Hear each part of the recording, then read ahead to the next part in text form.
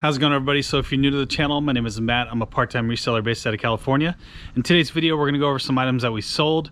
But first, I want to go over some issues that I had on eBay lately. So I like to tell you guys when I make mistakes as well. So I sent out 2 of the wrong items in the last week and a half, and they were pretty expensive items. So I'm going to go over those real quick. I'll show you those real quick, and then I'll try to figure out why it happened. I think it was just because I was tired, but let me show you a couple of things. All right, so the first one here is I sold one of these boxes here, and I sold the nickels. And the nickels, their number is right here, 225. So you can see right there. So obviously I didn't send out the right one. I actually sent out the quarter version, and their number is T like 1025. So it was really close. But this was a bad mistake. The person paid $100 for it to buy these nickel little sleeves. So what I did is I told him, I'm going to send him out these. He can keep half of the quarter ones, because those I have listed for like 200 and something as well. And he's going to send back like a half box basically. So that was kind of a mistake there. And yeah, you can see they all look the same. Easy mistake, but it shouldn't have happened. All right, so here's the second one here. So I actually sold these to a YouTube friend, and let's see what the name is here. To Kathleen. So Kathleen actually bought these. She's like from out of the country as well. So this was a pretty bad one. No, she's actually from Georgia. So Kathleen bought these. This is like a partial pack of Garbage Pail Kids. She paid $179 for these. And what I sent her was a complete box, but it was a different series. So she bought the 4 series, and I sent her the 6 series. The one she got was 222, and I was supposed to send her 221. So Kathleen was super cool about it. I offered to either return it, or she can keep the complete box, and we'll just call it even. And that's what she decided to do. So she kept the 48 pack one, and I'm holding on to this one. So Kathleen, I apologize again. And yeah, so that was 2 pretty bad mistakes there that I made. And to be honest, I don't know exactly why I made those 2 mistakes. I'm thinking it's probably because when I get off work, I've been doing my shipping right after work, and that's when I'm pretty much my most tired. So just little, silly mistakes that I made. But yeah, let's get into the items that we sold yesterday. So we sold, I think, 11 items, and the total gross sales was in the 400s. So let me pull up the first one here. All right, so we're gonna knock out 3 real quick. These were lower end sales. So we got some Nordstrom boys dress shoes. I actually got these for free. They sold for $15.20 free shipping. Those went out at a 12-ounce rate. Cost me about $4 ship out. We sold some Biorhythm critical day code number things. That was from that RPG sale where I got a bunch of stuff for 85 bucks. Those sold for $10 plus shipping. And we sold a really cheap webcam. So this is a Cisco Systems webcam, sold for $12.99 plus shipping, and I paid $1 for that recently. All right, next, Kim picked up some from the store. So Kim, thank you so much. I really do appreciate your purchase and your support. So Kim picked up a vintage baby pumpkin Halloween costume. So she said that she got this for her little baby girl. So it's going to be her first Halloween costume. So that's super cool. Hopefully she enjoys it, and I'm sure she's going to look super cute in it. But yeah, that's something that we picked up probably last year before Halloween, and probably had a couple bucks into it.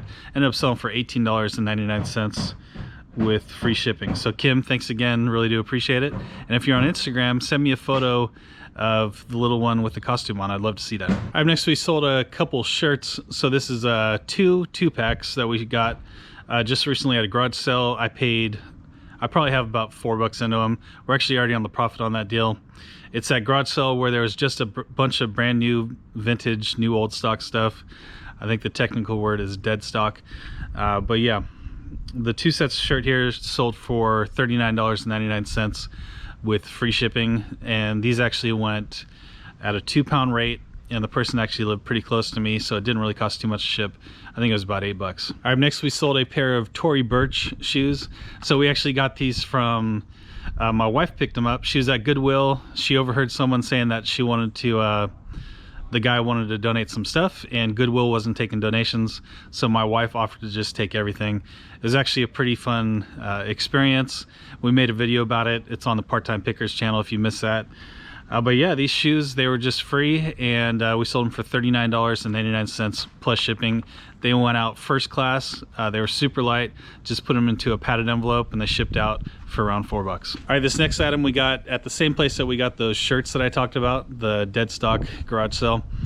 It's like a Art Expansion t-shirt factory deluxe printing software with an extra large shirt in it. So this thing was just too cool for me to pass up.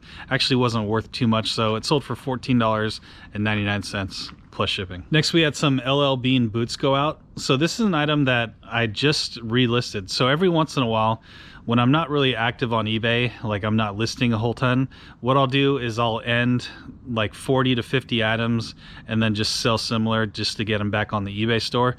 That sometimes bumps those listings like to the top of the search history or the search results, and it works pretty good. So every time I do that, I typically sell like a couple things that I do that on, and these are just things that have just been sitting in my store for months. So these LL Bean boots, we got them for $1 at a warehouse sale, and they ended up selling for $34.99 plus shipping.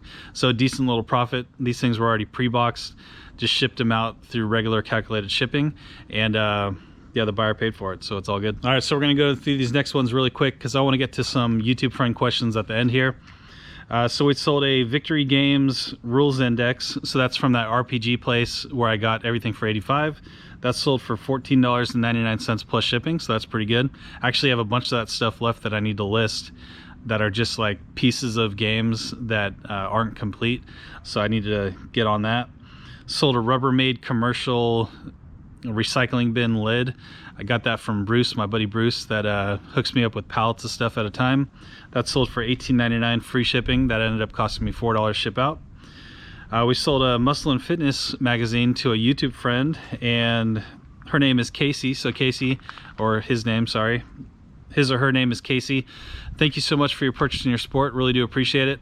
And this is the one where Arnold Schwarzenegger is on the magazine as Conan. So it's actually a highly desirable magazine, and that sold for $10 plus shipping. So Casey, thanks again. Really do appreciate it.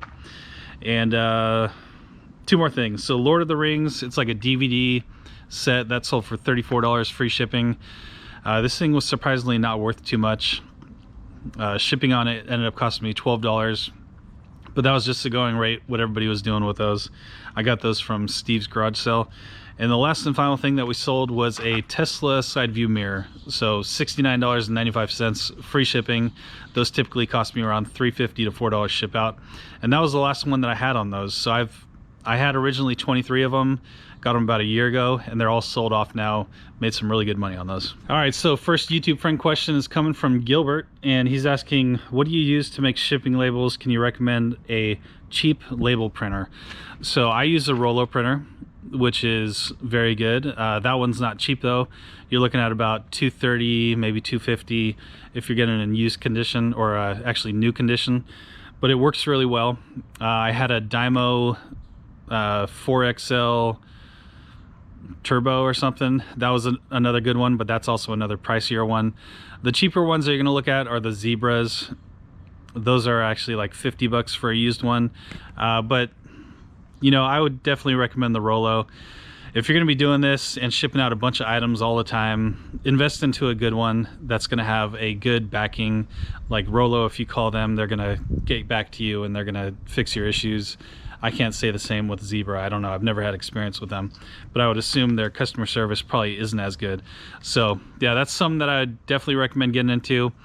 It sounds like you're to the point where you're tired of clipping labels, and that probably means you're selling a bunch of stuff every day. So get yourself one and join the club. All right, so Brian's asking when I used to choose pirate ship over eBay shipping. So pirate ship's going to be really good for smaller, heavy items. So let's see, like say you're shipping out like a bowling ball that would fit in like an 8x8 box. If you ship that out, typically a bowling ball is like 10 pounds or so. That's going to cost you a bunch of money on eBay to ship it out. But if you go through pirate ship, it's going to go by cubic weight. So actually it's just the size of the package that is going to cost you money.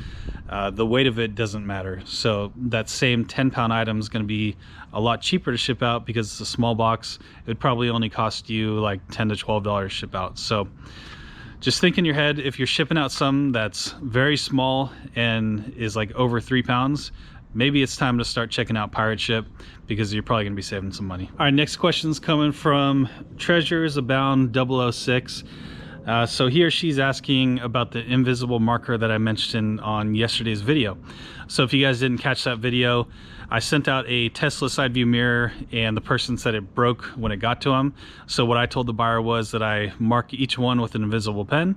So feel free to send me a photo and ship it back to me if you need to. So basically that invisible marker, I don't have one. That's just what I tell people that I do when I have issues like this, because car parts, a lot of people like to send back their broken part because they're replacing it with a good one. So that's just what I tell people, and a lot of the time it deters people from even sending the item back. So I still haven't heard from that person, and you know, I don't think they're going to return it. So basically I was thinking the guy was probably trying to scam me, and I think that's what happened. So haven't heard back from him. He probably has his new Tesla mirror on his car, and he knows that or he thinks that I mark the mirror with an invisible marker, so he's not going to send me back his broken one that he probably, you know, hit a deer with or something. So that's what I do. I don't actually mark them. I think there are invisible pens out there, but those are like blacklight marker pens, and you know, you probably could do that, but I don't do it. That's just what I tell people. All right, so we're jumping over to Instagram now to answer a couple questions. So the first one's coming from the Resale Daddy 77. So he's basically asking me, how do I get my wife to go to garage sales and wear a GoPro for the videos? So basically what I do so my wife goes out on Sundays. So I go out Thursdays or Fridays and Saturdays. That's like, I do that every single time. It's just a known thing we've been doing for a long time. And she likes to garage sell too. So just recently on Sundays, I've been telling her to go out and just have fun, and basically I'll watch the kids until you get back. So that's a huge influence on it. My only thing is I want her to record the whole time. So she goes out and she actually stays out for a long time. She enjoys her time away from the kids. She's a stay-at-home mom. And I think she's enjoying it now too. After the first 2 videos that I made with her, she sees all the comments, she reads all of them, and they've all been super positive, and I think that she enjoys that. So she wants to start doing it more. She's already talking about like going to thrift stores by herself. So you guys are a big part of it. The YouTube friends that are, you know, giving her the motivation and everything through the comments. So thank you for doing that. Really do appreciate you guys being so kind to her. And yeah, I don't know how you can convince your wife to go though. If you have kids, just tell her you'll watch the kids until she gets back. So yeah, it's fun though. I enjoy watching the videos because I try to we do like the recap before I get to watch the video, so I don't know how much she spends when I'm doing the recap. So it's always fun to go back and just see her, because she's like such a outgoing person compared to me, that it's always fun to see like what kind of conversations and the people that she meets on these videos. All right, so that's going to do it for me today. Thank you all so much for watching. I really do appreciate it, and we'll see you guys tomorrow with another video. I gotta be the first one there, not the last one there. I gotta be the first one there.